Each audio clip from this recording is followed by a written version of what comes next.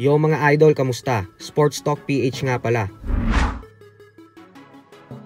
Ang update kay Pagara at Magsayo. Pag-usapan natin yan mga idol. Ngunit bago ang lahat ay huwag kakalimutang mag-subscribe at i-click ang notification bell button for more sports talk. So kung atin nga pong matatandaan ay nakatakda dapat lumaban ang ating pambato na si Prince Albert Pagara sa isang championship fight noong August 31 na gaganapin sana sa bansang Kazakhstan, kung saan dapat ay lalabanan niya ang undefeated fighter na si Alexei Mazur. Subalit sa kasamaang palad nga po ay hindi natuloy ang sagupaan na ito sa hindi malamang dahilan.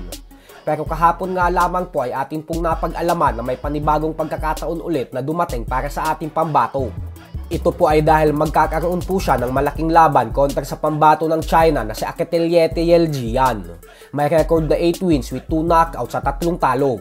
Gaganapin ang kanilang bakbakan sa June 15, kung saan paglalabanan nila ang IBF Asia Lightweight title. Hindi pa naman po sigurado kung saan ang venue, pero isa sa mga tinitingnan ay ang New Star Resort and Casino sa Cebu. Kaya naman napakalaking pagkakataon po talaga nito para kay Pagara na muling maipakita ang kanyang galing at talento pagdating sa ibabaw ng lona. Ayon naman kay Pagara ay matagal niya na daw gustong bumalik at muling lumaban sa Cebu. Gusto niya umanong maging kampiyon ulit. Bukod dyan ay madaming fans din daw ang gusto ulit siyang makitang maging kampiyon sa kabila ng 2 taon na magmula ng huling beses siyang lumaban sa isang professional boxing fight. Ganun pa man ay lubos naman ang pasasalamat niya sa pagkakataon na ito. Gawa ng nasa magandang kondisyon naman umano siya at puspusan din daw ang kanyang pag-eensayo ngayon. Basta ang pinakamahalaga umano sa ngayon ay maibalik niya daw ang kondisyon ng kanyang pangangatawan katulad noong isa pa siyang kampiyon at world-rated fighter. Sa kasalukuyan ay may record si Pagara na 34 wins with 24 knockouts at 1 talo lamang. Hindi pa naman po huli ang lahat para kay Pagara na makabangon at makabalik sa world-ranked fighters, lalo pat may edad pa lamang siyang 30 years old.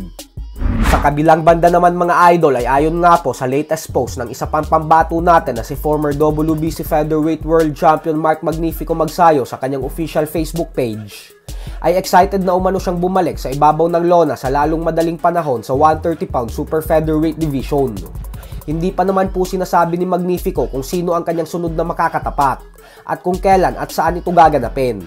Pero asahan po natin na isang hakbang ito papalapit sa world title fight sa nasabing dibisyon. Kung atin pong matatandaan ay madaming fans ang nagsabi na hindi na daw madadala ni Magsayo ang lakas niya sa Super Featherweight Division. Gawa ng mas mabibigat na ang mga kalaban dito kumpara sa dati niyang nilalabanan na featherweight. Pero pinatunayan po ni Magsayo sa lahat na mali ang inaakala nila. Matapos niyang patulugin sa papamagitan ng isang suntok lamang ang Meksikanong si Isaac Avilar nitong buwan ng December lamang. Ang laban na yon ay ang siyang nagsilbing kauna-unahang pagsampa niya sa Super Featherweight Division. At ito din ang hinirang bilang 2023 The Ring Philippines Knockout of the Year. Isang patunay lamang na nadala pa din talaga ni Magsayo ang bagsik ng kanyang kamao sa mas mabigat na dibisyon. So hanggang dito na lang po muna tayo mga idol.